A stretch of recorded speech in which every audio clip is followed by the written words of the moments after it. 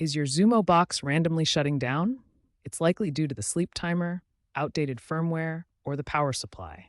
The good news is these are usually easy to fix. First, check your sleep timer in Settings, General, Sleep Timer.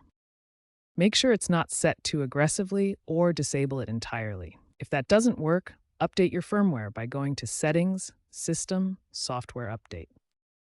These two steps solve most issues. Finally, ensure you're using the original power adapter or a certified one. Incompatible adapters can cause power fluctuations and shutdowns. Using these steps can greatly reduce unexpected power-offs. If the basic steps don't solve the problem, a manual reset might be needed. Also, inspect the power cable for damage. Looking ahead, Xumo is improving its devices with AI-optimized sleep timers and cloud-based diagnostics. To minimize issues, keep your firmware updated, use the correct power adapter, and consider future devices with better energy efficiency. Regularly check Xumo's website for updates and support. By taking these proactive steps, you can improve your viewing experience.